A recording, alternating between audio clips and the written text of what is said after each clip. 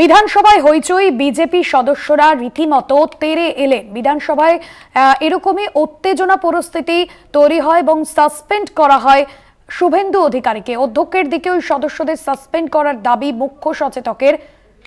শুভেন্দু অধিকারী, বঙ্কিম ঘোষ, অগ্নিমিত্রা পল ও বিশ্বনাথ কারক 30 দিনের জন্য তাদেরকে সাসপেন্ড করা হয়েছে।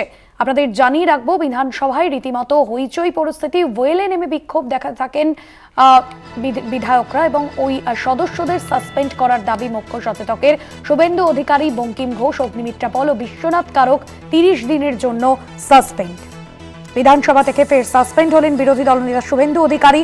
বিধানসভার অধ্যক্ষ বিমান বন্দ্যোপাধ্যায় তাকে 30 দিনের জন্য সাসপেন্ড করলেন। পাশাপাশি সাসপেন্ড করা হয়েছে অগ্নিমিত্রা পাল, বিশ্বনাথ কারক এবং বঙ্কিম ঘোষকেও। এর আগেও আমরা দেখেছিলাম শুভেন্দু অধিকারীকে বিধানসভা থেকে সাসপেন্ড করা হয়েছে এবং মূলত সরস্বতী পুজো সংক্রান্ত বিষয়ে সোমবার বিধানসভায় মুলতুবি প্রস্তাব আনেন বিজেপির মহিলা বিধায়করা। দেবাশিস সেনগুপ্ত রয়েছেন আমাদের প্রতিনিধি ফোন লাইনে। দেবাশিস, বিধানসভায় ঠিক কি বিষয়ে হইহট্টগোল পরিস্থিতি তৈরি হয় এবং আবারও প্রায় বলা যেতে পারে যে 4 বার ইনি বিধানসভা থেকে সাসপেন্ড হলেন বিরোধী দলনেতা শুভেন্দু অধিকারী? দেখো, যদি জানিয়ে রাখি যে বিধানসভায় যখন প্রশ্নোত্তর পর্ব চলছে, ঠিক প্রশ্নোত্তর পর্ব যখন ঠিক চলার সময় দেখা যায় যে অগ্নিমিত্রা পাল অর্থাৎ পরিষদ দলের সদস্য বিজেপি, তিনি একটি প্রস্তাব আনেন এবং সেই প্রস্তাবে তিনি যেটা বলেন, রাজ্যের একাধিক শিক্ষা প্রতিষ্ঠানে সরস্বতী পূজায় বাধা দেওয়ার অভিযোগ তুলে মুখ্যমন্ত্রী মমতা বন্দ্যোপাধ্যায় বিবৃতি দাবি করেন।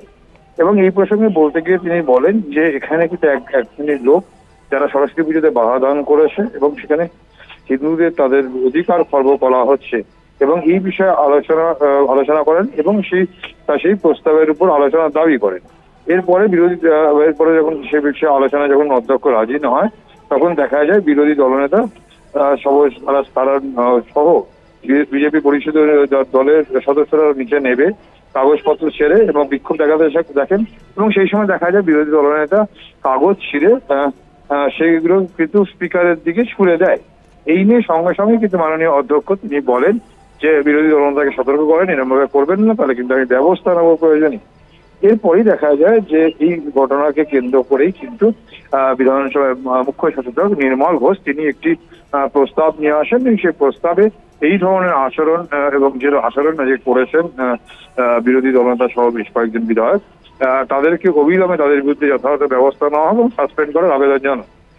এর পরবর্তীকালে কিন্তু সেই দেখা যায় সে প্রস্তাব কিন্তু ধ্বনির মধ্যে সেখানে গৃহীত হয় এবং 4 জন সদস্যকে, বিজেপি 4 জন সদস্যকে, এক বিরোধী দলনেতা অগ্নিমিত্রা পাল, বিশ্বনাথ কারক এবং পাশাপাশি বঙ্কিম ঘোষকে কিন্তু 1 মাসের জন্য অন্যথায় এই যে সেশন চলছে, অধিবেশন চলছে, সেই সময়কালে তাদেরকে সাসপেন্ড করেন অধ্যক্ষ বিমান বন্দ্যোপাধ্যায়। ধন্যবাদ জানাবো দেবাশিস।